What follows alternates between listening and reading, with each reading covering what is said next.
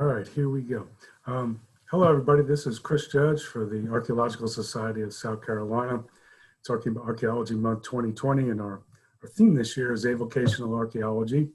I'm here with a professional archaeologist today, but one who does a lot of public outreach and public education.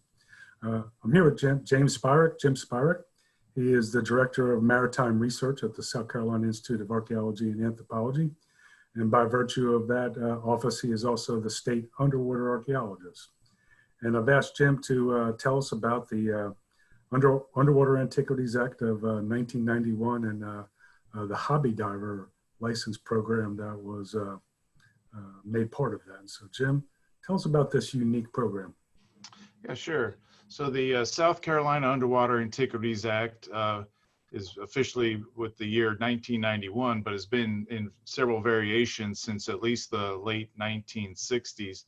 But what the legislation allows is for folks who are interested in collecting artifacts or fossils to obtain a license through our office, which is called a hobby license, in which they can then go out to anywhere in state waters. So essentially in any of the rivers or creeks that were navigable or once navigable, and then out to about 3 miles offshore is our jurisdiction. And so there they can collect artifacts, fossils from a shipwreck. They can collect up to 10 artifacts a day from a shipwreck. And then in return, they provide us with a quarterly report of all their finds, of what they found, whether it's artifacts, who then report to us at SCIA, or if they're fossils, they report to the South Carolina State Museum. And then we review these reports for up to 90 days. And sometimes we'll get back with the diver to get a little more clarification about the location of where they found the artifact, as well as, can they send in some photographs perhaps? And then on rare occasions, we may ask the diver to actually donate the artifact or fossil to the state collections.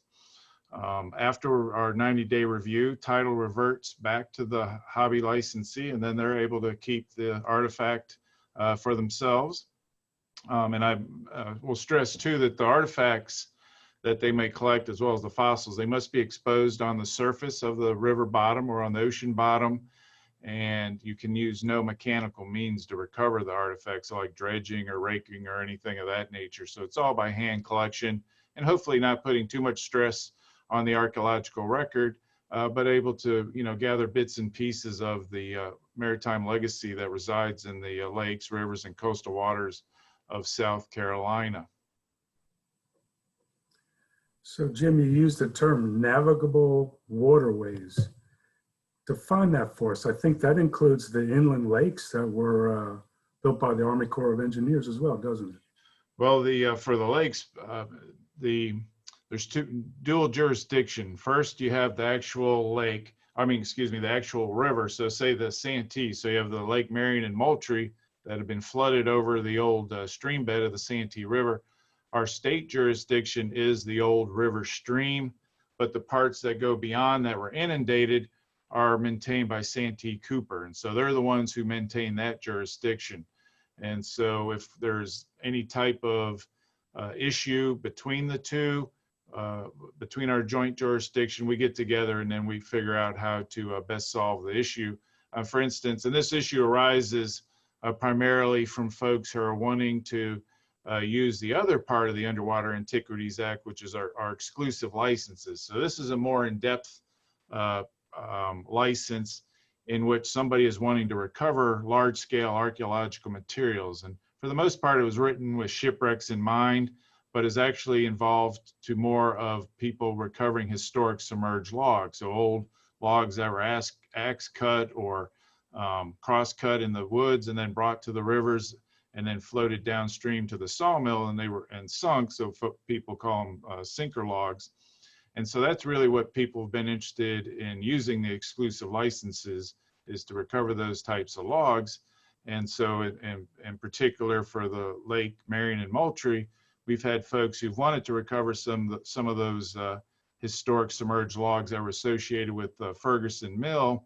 But we also work and take the opinion of the Santee Cooper into consideration And for the most part at this time, they haven't been too interested in letting folks have those licenses. And so we sort of defer to their judgment on this case, although they have recently started to allow a recovery of logs that were cut during the 1930s as they were preparing the lakes. But the actual riverbed is still, again, still under our jurisdiction. But again, we take Santee Cooper's opinions highly.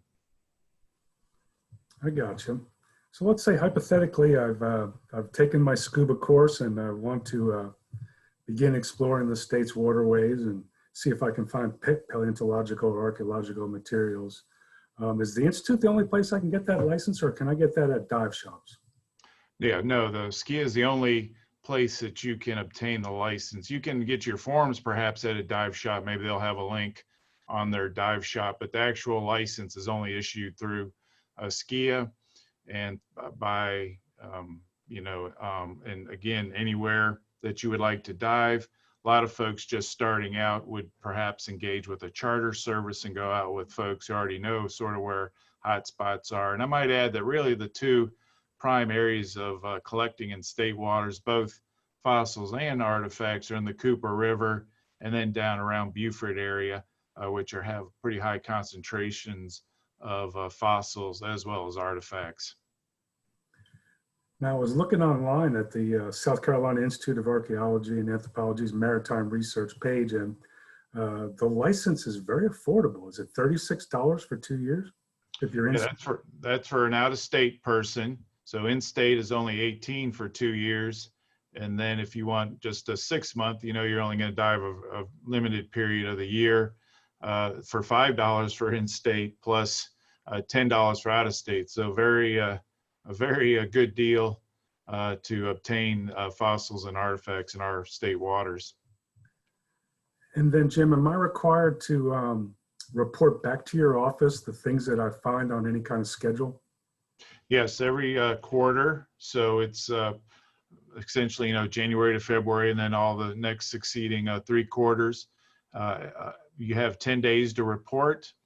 And you can, and each dive requires a separate report. So if you dive in 3 different locations in the Cooper River, you will be required to submit 3 different reports to, acknowledge those 3 dives and what you found within that dive area. And we also allow folks who may not dive during a quarter to submit a no recovery fine for artifacts or fossils, just to know what's going on with your diving activities going on, and then it helps us track where folks are diving and when they are diving as well.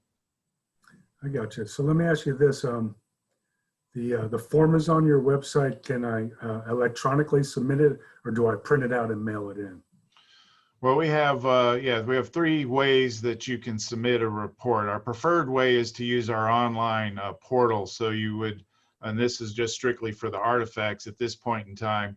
So if after you have your license and you collected during a quarter, then would submit your quarterly report, you would go to our online reporting format, enter in your information, and then hit submit. So that's the easiest and our preferred way, because then that's easy for us to track when you are collecting, as well as when it comes time to renew your license. We look through your quarterly reports, making sure that you have submitted all your reports in a timely fashion, and then we'll issue you a renewal license. So that expedites it a lot by using that online portal. The other ways, like you mentioned, you can download an artifact PDF form and then submit it via email, or at a very extreme way that will accept a report is simply an email, as long as you pretty much have all that information in there. The only other way to use the online portal as well for the fossil aspects is if you didn't collect any fossils that quarter. So then you could simply hit no fossil recording. But if you did collect fossils during a quarter, you would be required to download the PDF form for fossils and then submit that to the natural history curator at the State Museum for their review period. And then he would get with you if he had any questions about your fossil finds. I see. Now, do y'all help identify things? If I find something and I'm not sure how to record it on the form, can I shoot you guys a picture and you say, oh, that's a piece of Bellarmine or that's a Clovis point? Yeah, we'll try and identify it for you, and then also if we don't know, then we can sort of broadcast it out to some fellow professionals and see if they have any ideas of what the objects may be. We find like you said, Clovis points and other fairly typical points, but then all of a sudden there'll be some sort of strange artifact that people wanting to know about, and so we'll sort of scratch over it and puzzle over it, and then maybe send it out, and then hopefully get some answers. But some things, will always remain unidentified. As always. Now I remember years ago when Alan Albright was the state underwater archaeologist, that this was a completely unique program in the United States. Is that the case today? Are other states doing this, or is South Carolina at the forefront of this type of outreach? Well, South Carolina is still in the forefront. We're the only state that allows the artifact collecting using a license, and then also with the fossils as well. Some states don't require anything for fossils, so you can go out there and fossil collect as you like, but always be aware of what your state laws are. And again, usually private property is usually not included in state legislation on collecting, whether for fossils or artifacts. Florida, for a while, had a similar sort of program to us, in which they called it the isolated finds program. So you would get your license in Florida and then dive. And as long as it was considered an isolated find, you could document it and report it, and then apparently get to keep title of that. Of course, it's hard to tell whether it's an isolated artifact or whether there's an archaeological site associated with that artifact. So as far as my understanding is, it's currently not in use, although you may obtain a fossil license in Florida for a year to be able to collect fossils in their state waters there. Now, I understand that there is some enforcement of this. Do the Department of Natural Resources game wardens who are out on the river, do they stop folks who are diving? They see the dive flag and ask for the license? Yeah, folks, the law enforcement, we try and work closely enough with them to encourage them to take a look at what folks may be collecting as they're out on the water, and with the dive flag up, and obviously collecting fossils or artifacts. And so they'll make a stop, and that's why we always encourage everyone that has a hobby license to carry their hobby license with them. Also, sometimes at the boat ramps, they'll check in on a boat that's coming out and obviously has a goodie bag filled with material. They may stop and check there as well. For the most part, I don't think it's too heavy-handed or anything of that nature. Usually, they'll approach you and ask you, for your license and make sure that you're valid and in good standing with the ski. And if there is any issues, they will contact us as well. Very good. What are some of the more interesting things that people have recovered and presented to you? Well, a lot of what folks really find, at least from the artifact perspective, they find a lot of interesting bottles and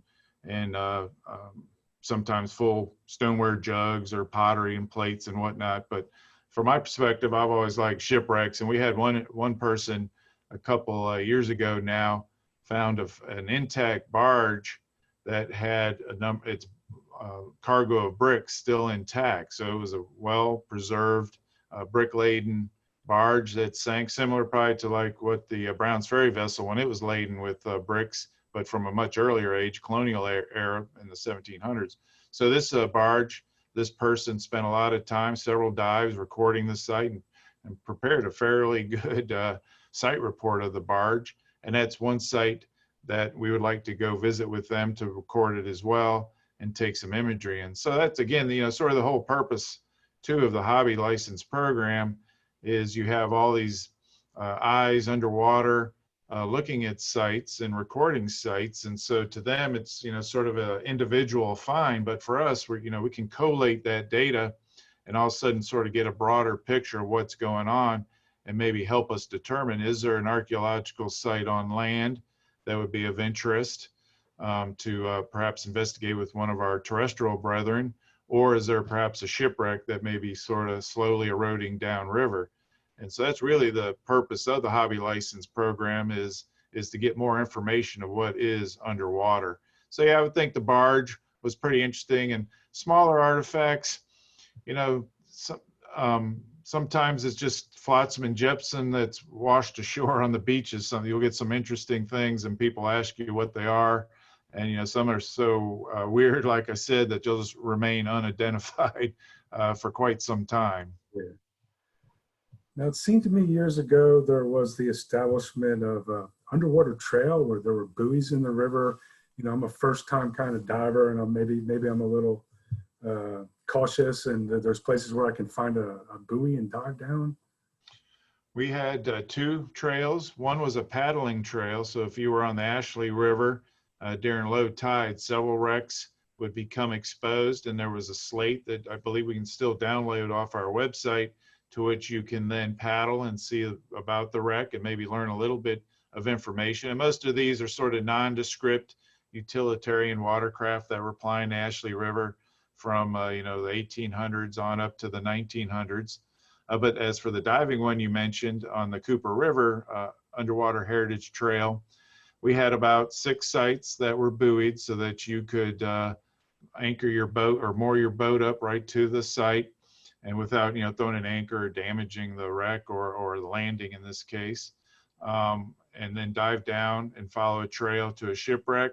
One was called the Strawberry Ferry vessel, and that was about a early 19th century vessel that was wrecked. And then as well as the ferry crossing, that was a ferry landing that was right there near the ferry crossing there at Childsbury. And so it's sort of a, you know, an integral assemblage of sites from that 18th to 19th century, and then a few other wrecks. But over the years, maintenance got a little difficult. You know, we'd always get a call every now and again from somebody telling us that one of our buoys was about 5 miles down the river or something like that. And so we've sort of let that one go. We've sort of picked everything up. And really now it's just more of a virtual underwater archaeology trail at this point in time. Understood. Anything else you'd like to share with the listeners today about just the great opportunities that lie underneath the water? Well, we, you know, there's a lot, I mean, from, you know, prehistoric Native American canoes and watercraft, as well as sites that may be eroding into the rivers. And then, of course, on into the historic period with shipwrecks, landings, docks, and things of that nature that have built up over the year. There's plenty of underwater archaeological legacy in the rivers and lakes and coastal waters that we don't know about. So, you know, there's always opportunity to explore. And again, there's no limitation on explorations in the state. Explore to your heart content. But when it comes to collecting, that's where then obviously getting the hobby license, or for those who want to pursue it a little more, obtain an exclusive license. And, you know, in keeping with that avocational archaeology, and as you mentioned earlier, one of the blogs we wrote about Drew Ruddy's an avocational archaeologist, is, you know, we always try and encourage folks to learn some more and put a little more effort into finding out what it is they're finding. And so, you know, and again, helping whether with providing resources or access to some collections or some guidance. We also try and use volunteers as well to help us on a lot of our projects. And so that's also a key feature.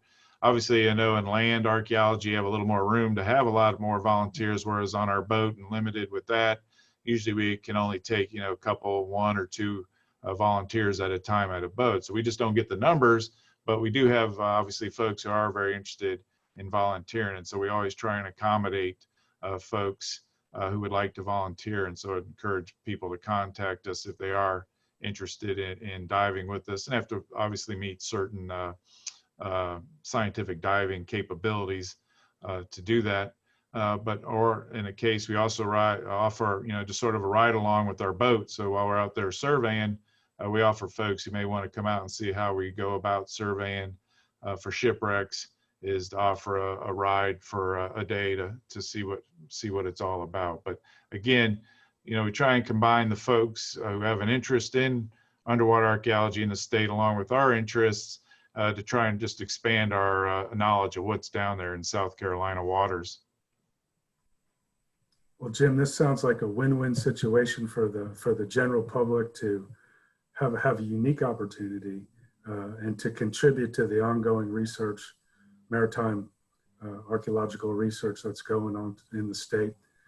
Thank you for your time. Once again, I'm with Jim Spirek. He is the state underwater archaeologist and the head of the Maritime Research Division at the Institute of Archaeology and Anthropology. Jim, thank you so much. All right, you're welcome, Chris. We'll stop the recording.